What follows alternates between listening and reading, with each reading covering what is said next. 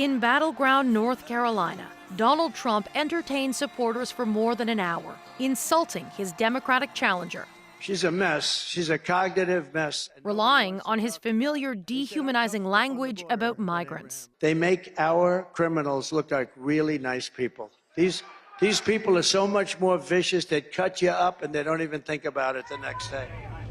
As he toured the swing state, visiting hurricane-ravaged communities, he repeated the false claim the Biden administration diverted relief funds away from storm survivors. They've spent it on illegal migrants. Many of them are murderers.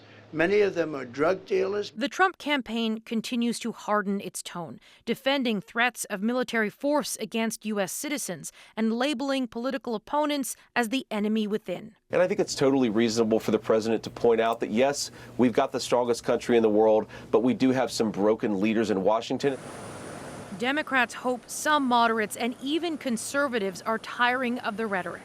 And so Kamala Harris teamed up with Republican Liz Cheney to try to appeal to voters hesitant about Trump. And I would just remind people, if you're at all concerned, you can vote your conscience and not ever have to say a word to anybody. And there will be millions of Republicans who do that on November 5th.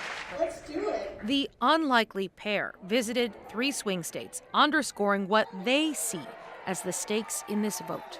In many, many ways, Donald Trump is an unserious man.